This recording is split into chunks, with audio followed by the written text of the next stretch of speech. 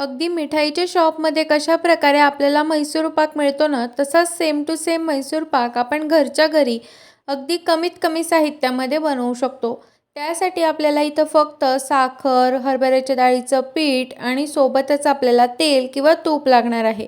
तुम्ही तेलाऐवजी तुपाचा सुद्धा वापर करू शकतात, पण शक्यतो तेलाचाच वापर मिठाईवाले जास्त करतात.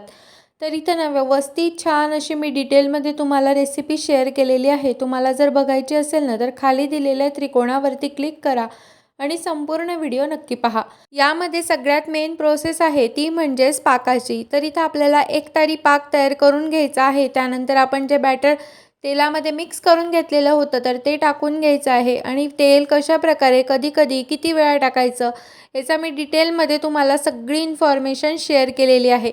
त्यानंतर हळूहळू जेवढं तेल त्याने ॲब्झॉर्ब केलेलं होतं तर ते सगळं तेल त्यामध्ये रिलीज होतं. चला तर मग बाय.